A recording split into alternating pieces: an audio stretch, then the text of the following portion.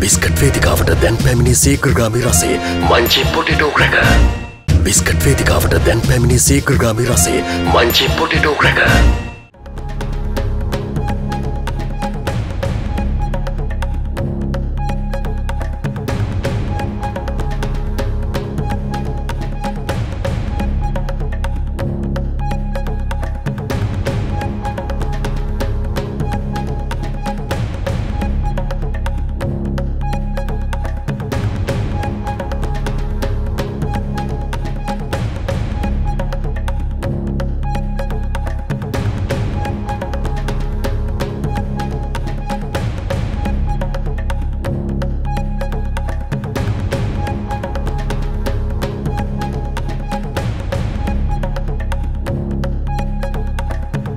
On satellite, on Freeview, on cable, on radio, on mobile, on the web and around the world. This is Other Derana 24/7.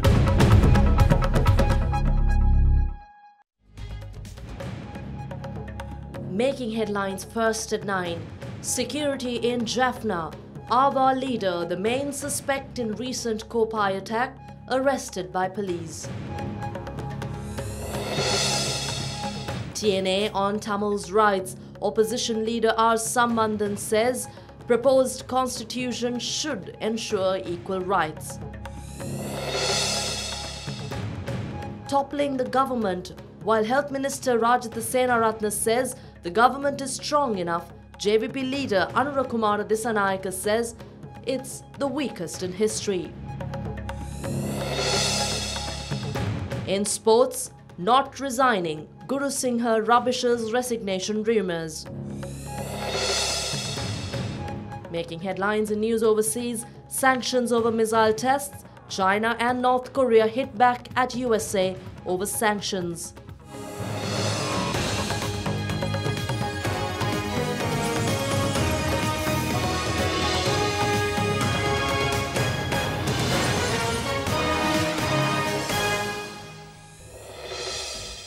With tonight's news broadcast first at 9, I'm Indivari Amwatha. We begin with news here at home.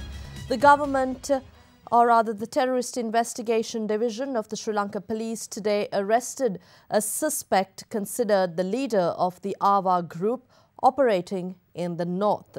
The suspect has been identified as Sattaveli Kandan Nishantan alias Nisha Victor. Police revealed that he is the main suspect in the recent attack on 2 policemen in Kopai.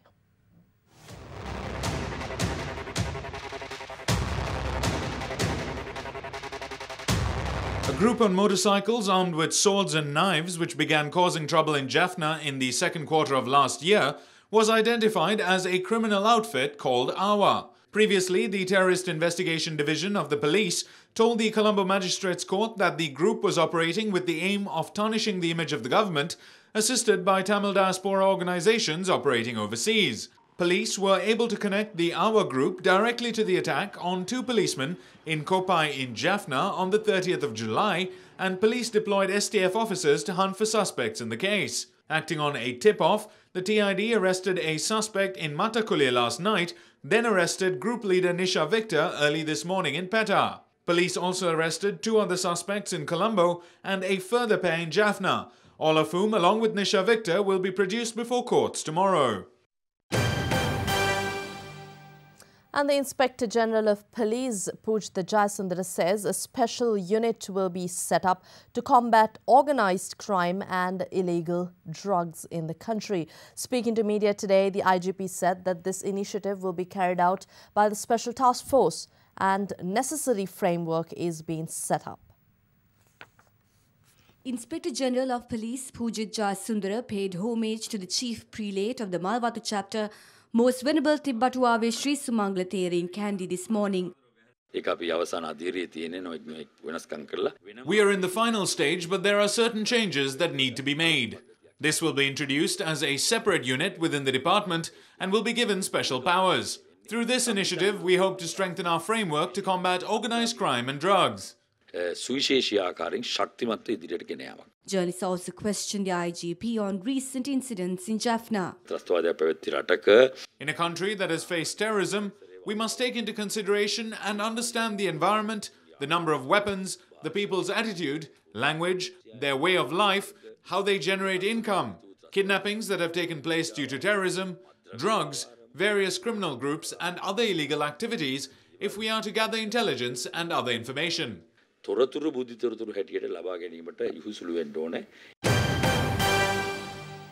Meanwhile, the Minister of National Coexistence, National Dialogue and Official Languages, Mano Ganesan, assures that the present government will not allow terrorism to raise its head in the north or the east of the country.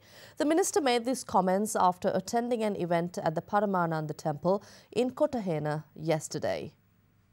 යාපනයේ මේ අවස්ථාවේදී නැවත ත්‍රස්තවාදයේ ඔලු උස්සනවද කියලා සැකයක් ඇති වෙලා තියෙනවා. We have a doubt whether terrorism is re-emerging in Jaffna. It may be so, or someone else is defining accidents as terror activities. We have to be in the middle and look at it very carefully. We won't allow terrorism to raise its head in the north or the east, and the government won't allow it to happen. We need to safeguard democracy in the country for the general public. සාමාන්‍ය ජනතාවගේ ප්‍රජාතන්ත්‍රවාදී අයිතිය තවුරු කරන්නට ඕන අපි. Moving on, Prime Minister Ranil Wickremesinghe says the present government will ensure that investments are made without corruption. He made these remarks at the inauguration ceremony of the new milk production plant at the Ambewela dairy factory today.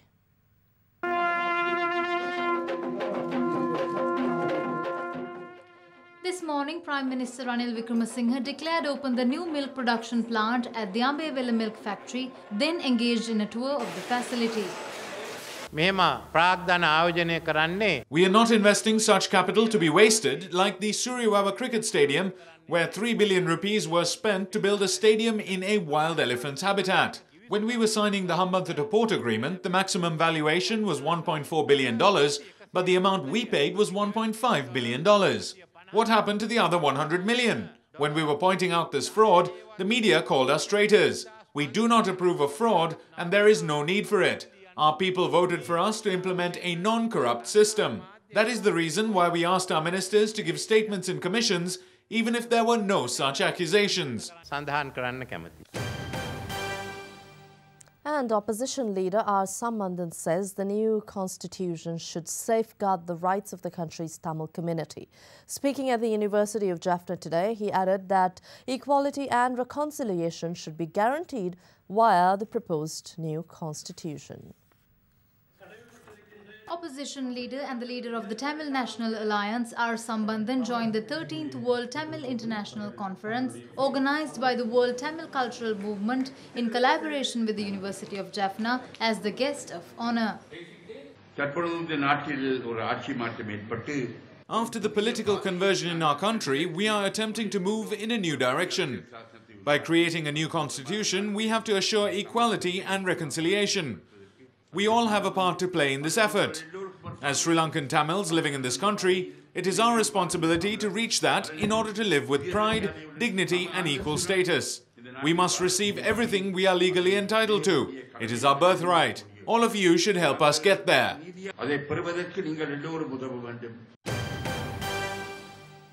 Minister Dr. Rajitha Senaratne says there is no one capable of toppling the present government. The minister made the assertion at an event held in Anuradhapura yesterday. The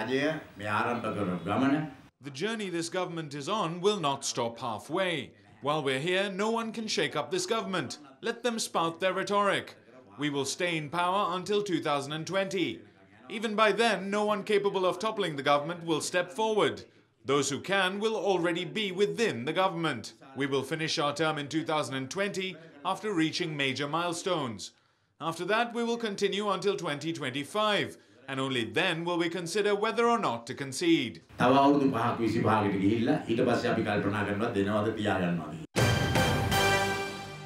In complete contrast, however, leader of the Janatha Vimukti Peramuna, Anru Kumar Desanayake, says the present government is the weakest regime in the country's political history. The JVP leader made these comments addressing a public rally in Hambantota yesterday. The government was formed in 2015, but now some consider toppling it. It can be toppled. If this government can't be toppled, no other government in Sri Lanka can be either. This is the weakest government ever formed in Sri Lanka. The different components of this government are not compatible with each other. Do you think the government will punish rogues? They never will. A rogue will never punish another rogue.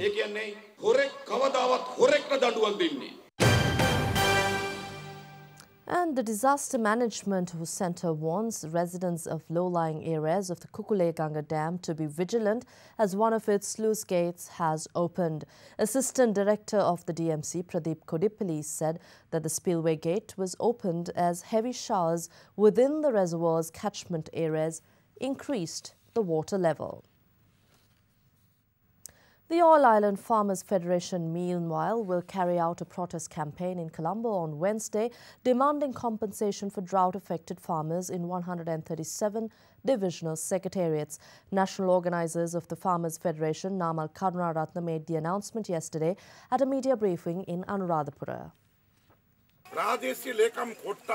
Farmers from 137 divisional secretariats are suffering because of the ongoing drought. We asked the government to declare a state of emergency in all of these areas. If a state of emergency is announced, aid can be provided to the affected without being limited by circulars. The government also promised 2 bags of dry rations, each worth 5,000 rupees. 2 bags are not enough. The government also promised a compensation of 40,000 rupees for the Maha season, which was not paid. We won't allow the government to forget its pledge. Minister of Agriculture, we will be coming to Colombo to meet you and discuss the matter.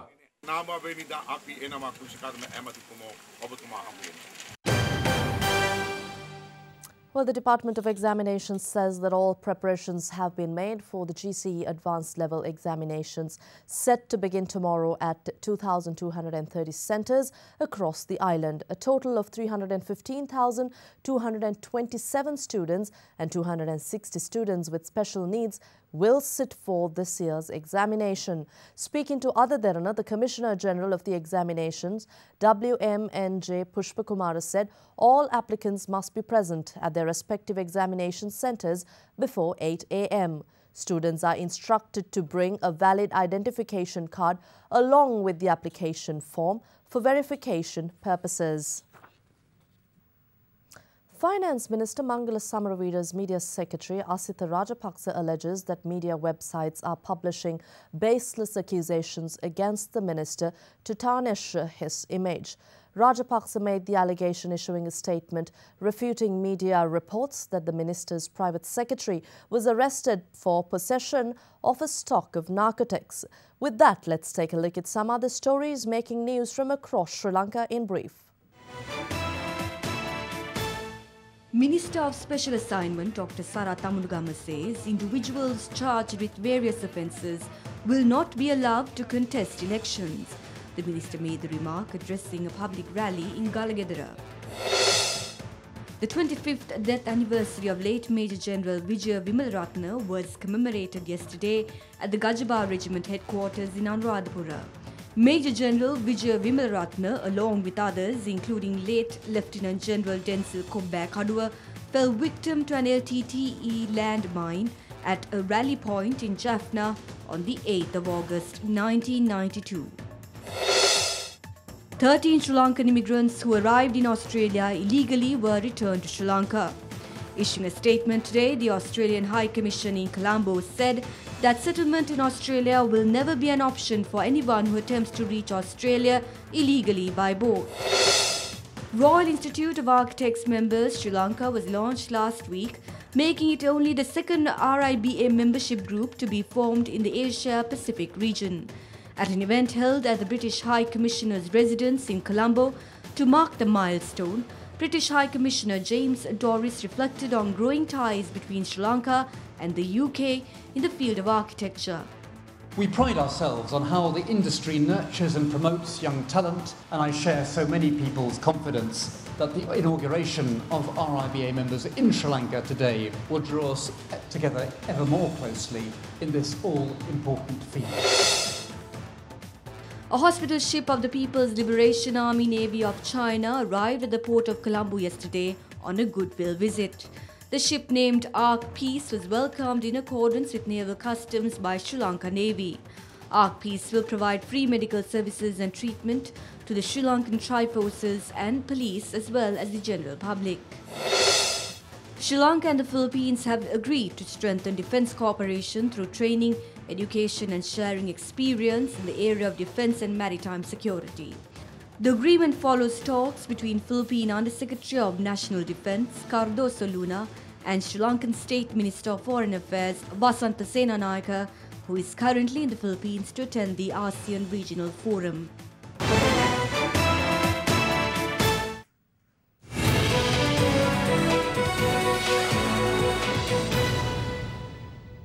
In business news tonight, Iranian President Hassan Rouhani says that Iran is ready to meet Sri Lanka's needs in the field of technical and engineering services. Rouhani stressed the need for developing cooperation between the two countries' private sectors at a meeting with Speaker Karu Jayasuriya, who arrived in Tehran on Saturday to attend Rouhani's oath-taking ceremony. Speaker Karu Jayasuriya extended his appreciation for Iran's hospitality and congratulated Rouhani on his re-election. Noting Iran's support to Sri Lanka in various fields, the speaker called for the Iranian private sector's presence in infrastructure development projects in Sri Lanka. Governor of the Central Bank, Dr. Indrajit Kumaraswamy, says that Sri Lanka is happy to expand trade with the renminbi, but Chinese exporters still demand US dollars. The governor made these comments when questioned about the recent suggestion made by Chinese ambassador to Sri Lanka, Yi Xiaoliang, that Sri Lanka consider trading using China's yuan. We, I think, have a line of credit in the Chinese yuan, but Chinese exporters want dollars. They don't want yuan. If they we are very happy to use a line of credit to boost trade in the yuan. There is no reason why we shouldn't. But if you take 5-10 years down the line, the yuan is going to be a much more important currency. It's going to happen. So whether we like it or not, it will happen. So I think we might as well go with the grain. CBSL Governor Dr. Indrajit Kumaraswamy also spoke on the export sector. If we want to have a competitive currency, which in my view is crucial if we are to have a successful export transformation, it has to depreciate a little bit more.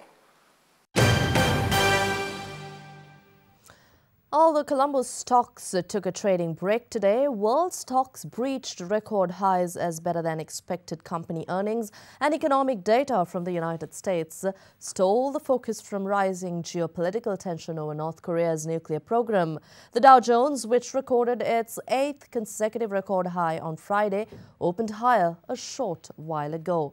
In Asian trading, MSCI's broadest index of Asia-Pacific shares outside Japan added 0.5%, while Japan's Nikkei also added 0.5%. Chinese blue chips were bolstered by data showing the country's foreign exchange reserves rose twice as much as expected in July. The Eurozone's main stock index edged lower, however, as the single currency headed back towards a 20-month high. And virtual currency Bitcoin saw its value jump to a record high during today's trade following a month of turmoil. It reached $3,451.86 per coin. Bitcoin had never crossed the $3,000 mark until the weekend, with the surge following the creation of a spin-off cryptocurrency last week. The market value of all Bitcoins in existence has now surpassed $56 billion. And oil prices edged down today, but still had held near 9-week highs, supported by robust U.S. jobs data last week and a slight fall in the U.S. drilling rig count, even as rising output from OPEC reigned in crude markets. Global benchmark Brent crude futures were down 18 cents or 0.34% at $52.24 a barrel. US WTI crude futures were also down 18 cents or 0.36% at $49.40 per barrel.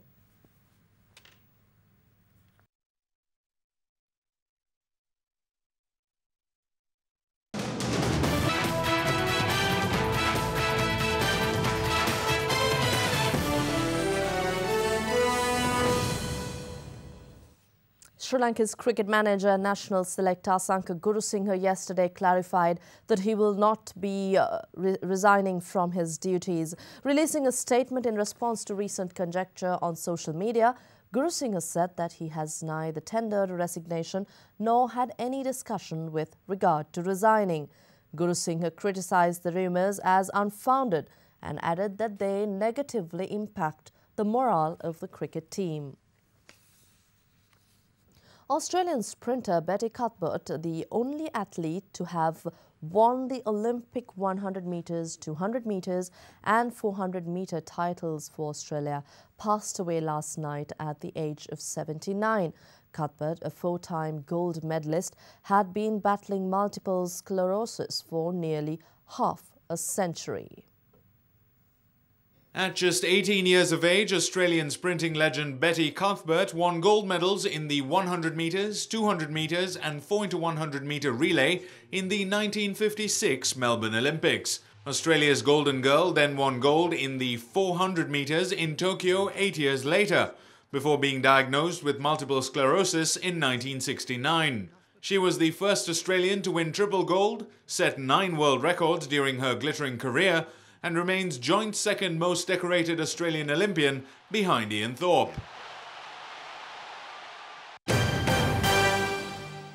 In tennis, 20-year-old German Alexander Zverev won his fourth ATP title of the year with a straight sets victory over Kevin Anderson in Washington, D.C. Meanwhile, in the women's draw of the City Open, two-time Grand Slam finalist Ekaterina Makarova fought back from losing the first set to beat Julia Gerges to the title. World number 8 Alexander Zverev made only 7 unforced errors and dominated with his serve, not having to face a single breakpoint against South Africa's Kevin Anderson, winning 6-4, 6-4. Alex Zverev ties Rafael Nadal in second place for most titles this year, with only Roger Federer having won 5 tournaments in 2017. Meanwhile, a resilient Ekaterina Makarova recovered from losing the first set for the third time in a row, fending off 7 aces from Julia Gerges to win the women's title 3-6, 7-6, 6-love.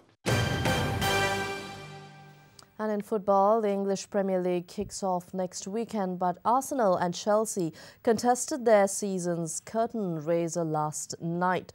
FA Cup champions Arsenal scored a late equaliser, then overcame Premier League champions Chelsea in a penalty shootout, claiming the Community Shield. Chelsea went ahead in the first half courtesy of Victor Moses, who reacted quickly to Gary Cahill's headed pass to open the scoring.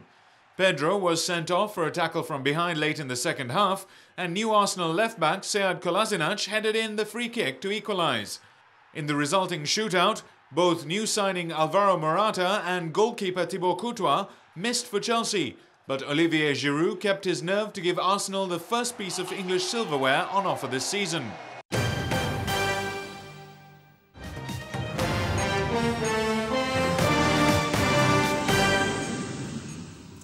Well, in news overseas, China slammed the United States for its arrogance over the latest United Nations sanctions on North Korea, saying Washington needed to understand it also has a role in lessening tensions. It added that while North Korea had to be punished for its open breaches of UN resolutions, any sanctions must be targeted precisely. Chinese state media commented that sanctions must avoid causing negative impacts to ordinary people and to the country's legal trade links with the outside world. Meanwhile, US Secretary of State Rex Tillerson urged North Korea to return to negotiations. The best signal that North Korea could give us that they're prepared to talk would be to stop these missile launches. North Korea, however, condemned the sanctions, saying it would not negotiate while threatened by the United States and warned of retaliation. And now we cross over to the Weather Centre for a forecast in the next 24 hours.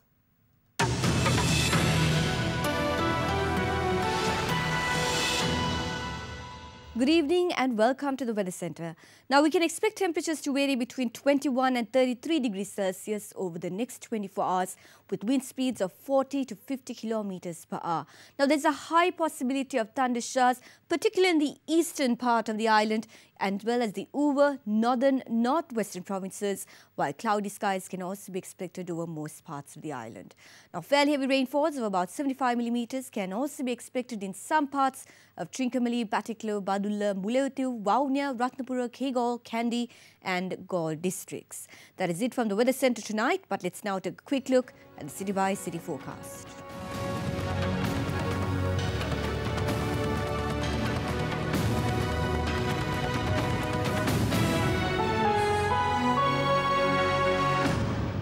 That's all on the news tonight. Before we go, here's a look at visuals of the spectacular fire dances illuminating the streets of Kandy last night as part of the penultimate Randoli Perahara of the Temple of the Sacred Tooth Relic.